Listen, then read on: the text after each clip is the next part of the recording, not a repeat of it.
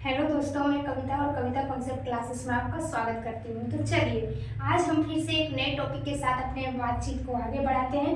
आज हम पढ़ने वाले हैं सोलर इक्लिप्स और लूनर इक्लिप्स यानी कि सूर्य ग्रहण और चंद्र ग्रहण के बारे में। तो सबसे पहले बेटा, तो सूर्य ग्रहण हो या चंद्र ग्रहण हो, ये दोनों ग्रहण या ये दोनों अवस्थाएं हमें अंतरिक्ष पे दिखाई देती है, यानी कि ये एक खगोलीय घटना है। ठीक है, देखो सबसे पहले सोलर यानी कि सूर्य ग्रहण की स्थिति क्या होती है। सूर्य ग्रहण हमें कब दिखाई देता है उनके बारे में बात करेंगे। देखो, जब सूर्य और पृथ्वी के बीच में चंद्रमा आ जाए तो इस स्थिति को हम क्या कहते हैं, सूर्य ग्रहण। क्या कहते हैं, सूर्य ग्रहण। और सूर्य ग्रहण हमें कब दिखाई देता है, सूर्य ग्रहण हमें अमावस्या वाली रात को दिखाई देता है। ठीक है, अब आप सभी का सवाल होगा कि मैम अमावस्या वाली रात को हर अमावस्या को सूर्य ग्रहण दिखाई देता है। तो जवाब होगा कि नहीं, हर अमावस्या को सूर्य ग्रहण नहीं दिखाई देता है, लेकिन जब भी दिखाई देता है अमावस्या वाली रात को दिखाई देता है। ओके, तो क्यों ऐसा होता है, क्योंकि जो चंद्रमा है ना बेटा, चंद्रमा वो भी अपने अक्ष पे क्या है, झुकी हुई है 5 डिग्री। ठीक है, चंद्रमा की भी स्थिति झुकी हुई है। जिस प्रकार पृथ्वी की स्थिति झुकी हुई है उसी प्रकार चंद्रमा भी अपने इस अक्ष पर लगभग 5 डिग्री झुका हुआ है, जिसके कारण हमें सूर्य ग्रहण जब भी दिखाई देता है वो अमावस्या वाली रात को दिखाई देता है, लेकिन हर अमावस्या की रात को नहीं दिखाई देता है। तो क्यों नहीं दिखाई देता है, क्योंकि चंद्रमा अपने अक्ष पर 5 डिग्री झुका हुआ है। ठीक, यह है हमारा सूर्य ग्रहण। सूर्य ग्रहण में क्या होता है बेटा, कि जो किनारे होता है ना, उसके किनारे वलय,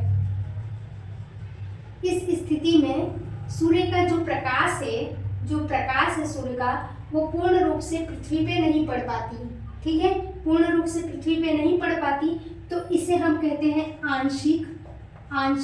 अगर आधा पड़े आधा ना पड़े तो उसे हम बोलते हैं आंशिक सूर्य ग्रहण। उसे हम क्या कहते हैं, आंशिक सूर्य ग्रहण। और जब यह पूर्णतः यानी कि पूरी तरह नहीं पड़ती पृथ्वी पे इसका प्रकाश, तो हम कहते हैं पूर्ण सूर्य ग्रहण। तो आई थिंक मेरे हिसाब से आपको ये बात समझ में आ गई होगी कि सूर्य ग्रहण कब और किस प्रकार होता है। ठीक है, तो सूर्य ग्रहण के बारे में ये कॉन्सेप्ट आपका आज क्लियर हो गया होगा। ओके, तो आगे की हम वीडियो में पढ़ते हैं, आगे की हम सीरीज में पढ़ते हैं चंद्र ग्रहण। और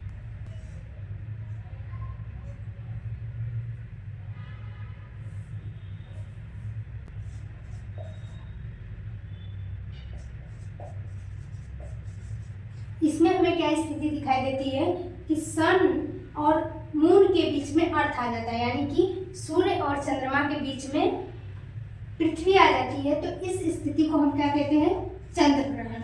ठीक है, और चंद्र ग्रहण हमें कब दिखाई देता है, चंद्र ग्रहण बेटा हमें हमेशा जब भी दिखाई देता है वो पूर्णिमा की रात को दिखाई देता है। कब दिखाई देता है, पूर्णिमा की रात को। और ये भी हमें हर पूर्णिमा की रात को नहीं दिखाई देता है। हर पूर्णिमा की रात को नहीं दिखाई देता है, कारण वही सूर्य ग्रहण वाला है। जिस प्रकार धरती झुकी हुई है उसी तरह चंद्रमा भी झुका हुआ है, जिसके कारण जब भी ये इस तरह की खगोलीय घटना होती है तो वो हर पूर्णिमा की रात को नहीं दिखाई देता है। जब भी दिखाई देता है पूर्णिमा की रात को दिखाई देता है, लेकिन हर पूर्णिमा की रात को नहीं दिखाई देता है।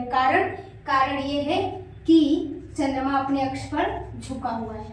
समझ आया, कितना डिग्री झुका हुआ है, 5 डिग्री। तो ये है हमारा चंद्र ग्रहण। आई होप कि आपको चंद्र ग्रहण और सूर्य ग्रहण दोनों के बारे में अच्छी तरह से समझ में आ गया होगा। सूर्य ग्रहण और चंद्र ग्रहण के चैप्टर के साथ साथ हम एक और टॉपिक को पढ़ लेते हैं बेटा, उसका नाम है उपसर्ग और अपसर्ग।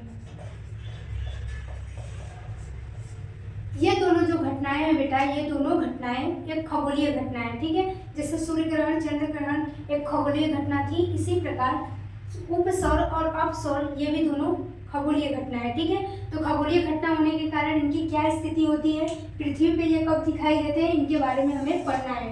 ठीक, तो ये सब चीज़ों को हम रिलेट करके पढ़ेंगे समाज से, जो आसान भाषा में, ठीक है, जिसको हम एक ही बार में समझ लें, किसी बुक की ज़रूरत ना पड़े, किसी और चीज़ की ज़रूरत ना पड़े हमको समझने के लिए। एक ही इसी वीडियो में आपको ये सारी चीज़ों को समझ में आ जाएगा। समझ में आया? देखिए आप, सबसे पहले ये है हमारी पृथ्वी। ठीक है, कॉन्सेप्ट को आप समझते जाइए। ये है हमारी पृथ्वी और ये है हमारा सन, सूर्य। ठीक है, जब पृथ्वी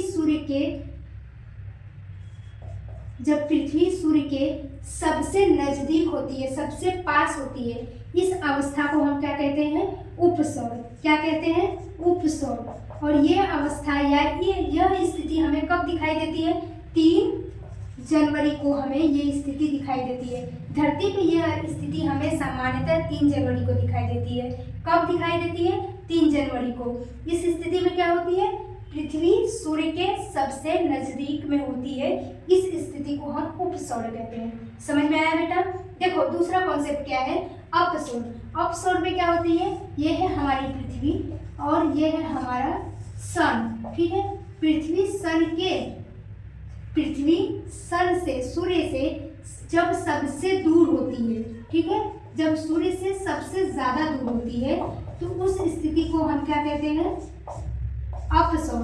क्या कहते हैं बेटा, अपसौर। ठीक है, अपसौर कहते हैं। ये स्थिति हमें कब दिखाई देती है, यह स्थिति सामान्यतः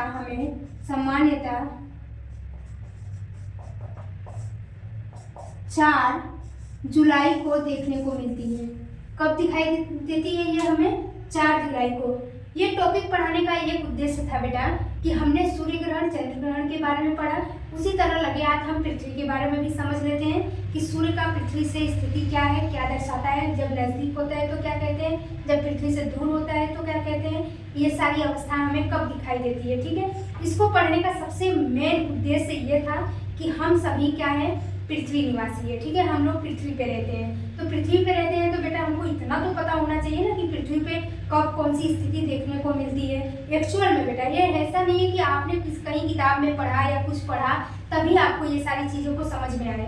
ये सारी चीज़ों को समझने का मेन मतलब ये भी है कि हमें कम से कम अपने सब्जेक्ट के साथ साथ हमें धरती पे कैसी घटनाएं दिखाई देती है उनके बारे में भी समझना है। ठीक है, तो इसको समाज से रिलेट करके पढ़ना है और समाज से रिलेट करके पढ़ा हुआ चीज़ हम कभी नहीं भूलते।